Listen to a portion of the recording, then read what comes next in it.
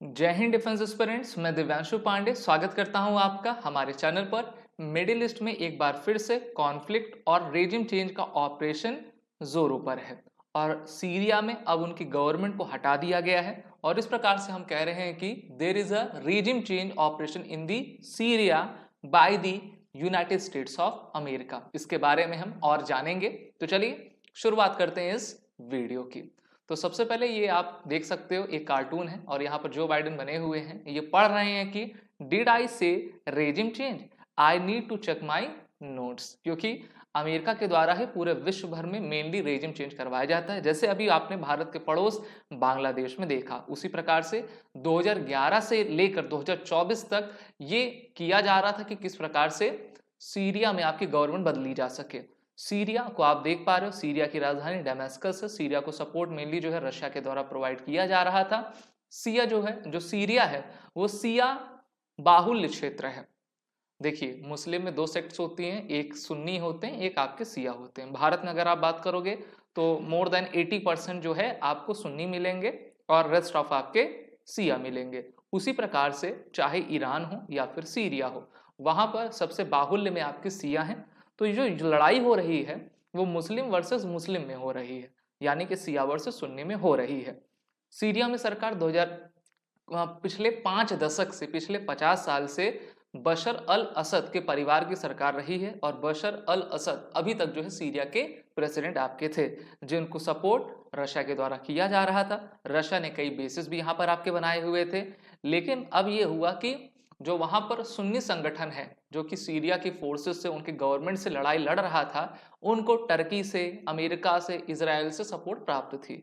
और अभी हमने देखा था कि इजराइल ने लेबनान के जो हिजबुल्लाह है उनके साथ सीज फायर एग्रीमेंट किया।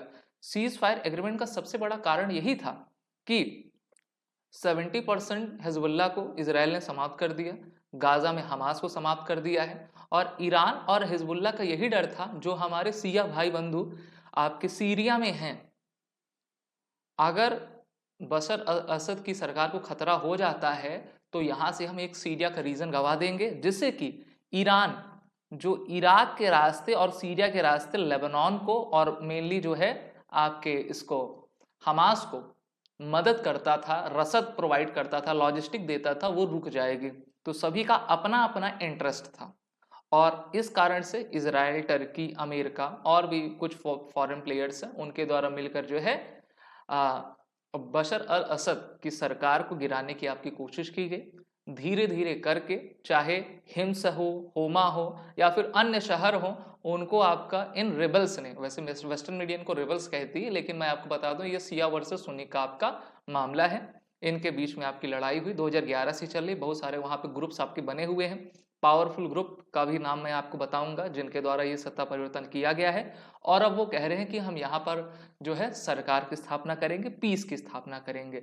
लेकिन एक बात जरूर जान लीजिए, जो मिडिल ईस्ट है और ये सभी जो कंट्रीज हैं वो पीस के नाम से उनको खुजली होती है, ये पीस में कभी नहीं रह सकते। ठीक है, ये अपने में लड़ते रहते हैं और जहां पर ये कमजोर हैं, इनकी संख्या कम है, तो वो दूसरे को गिराने की पूरी कोशिश किया करते हैं। अब रशिया के लिए किस प्रकार से सेटबैक होगा? सबसे पहला तो रशिया के, सबसे पहले देखिए लातकिया में सीरिया का बिगेस्ट एयरपोर्ट है और यहाँ पर आप देख पा रहे हो कि ये सी का इलाका है।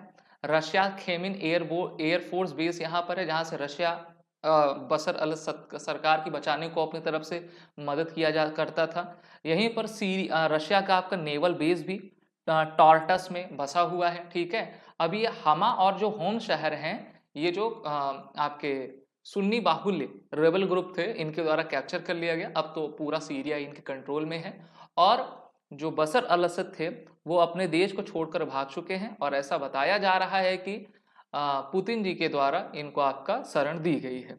वहीं पर अब अमेरिका ने आईएसआईएस के कैंप को हिट करना फिर से आपका शुरू कर दिया है। ठीक है, इनके कैंप्स को हिट करना शुरू कर दिया है। वहीं पर इजराइल भी लगातार अब स्ट्राइक कर रहा है, क्योंकि इजराइल को अब किसी प्रकार से जो है डर नहीं है कि वो सीरिया के एयर स्पेस में घुसेगा। क्योंकि इजराइल के फाइटर प्लेन को कौन रोक रहा था? सीरिया की मिलिट्री रोक रही थी। अब मिलिट्री तो है नहीं, मिलिट्री ने एकदम हाथ खड़े कर दिए हैं कि भैया जो तुमको करना हो वो करो। और ये वैसे ही आपका रेजिम चेंज का ऑपरेशन है जिस प्रकार से भारत के पड़ोस 2021 में अफगानिस्तान में हुआ था और अफगानिस्तान में अमेरिका ने जानबूझकर अफगानिस्तान को छोड़ा और वहां पर तालिबान को लाया और अपने पूरे हथियार डाल दिए। सीरिया भी इजराइल के ऊपर लगातार आपको फायरिंग करता रहता था, रॉकेट से, मिसाइल से।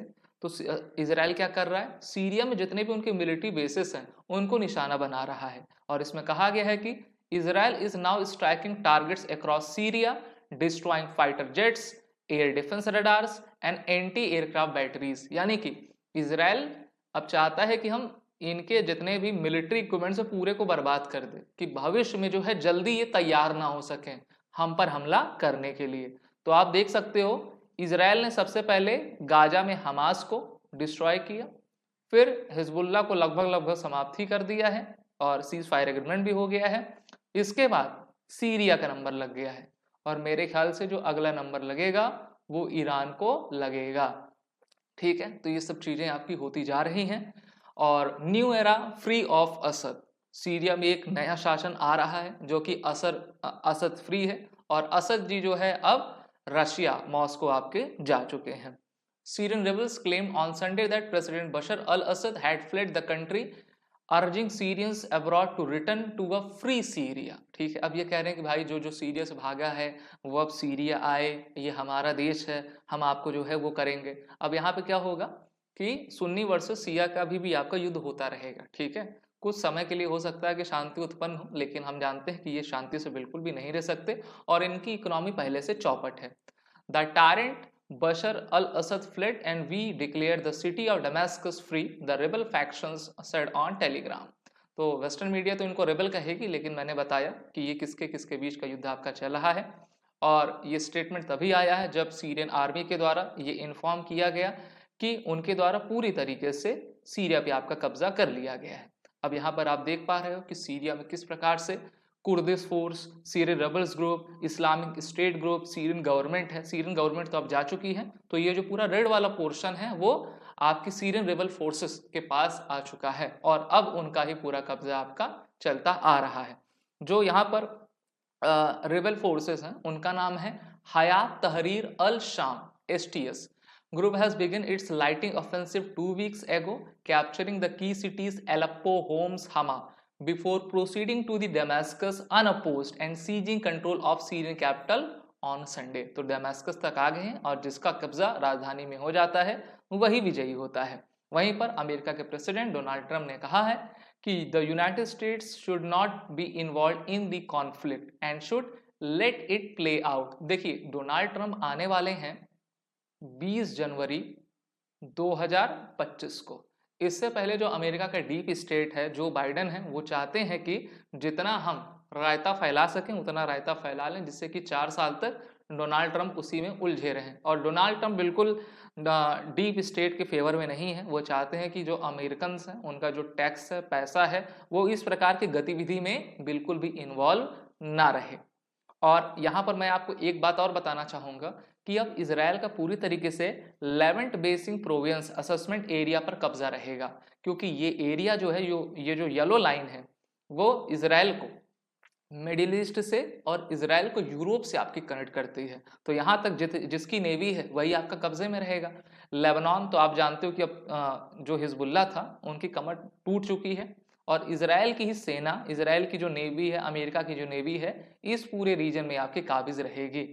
अभी सीरिया गया है, अब हौती को भी देखना पड़ेगा, यमन में किस प्रकार से चीज़ें चल रही हैं और सऊदी अरेबिया का सपोर्ट लेके उसको आपका किया जाएगा, जिससे कि ये जो रेड सी का इलाका है, ये जो रेड सी का इलाका है उसको फिर से रिस्टोर किया जा सके और यहाँ पर ट्रेड आपका चलाया जा सके।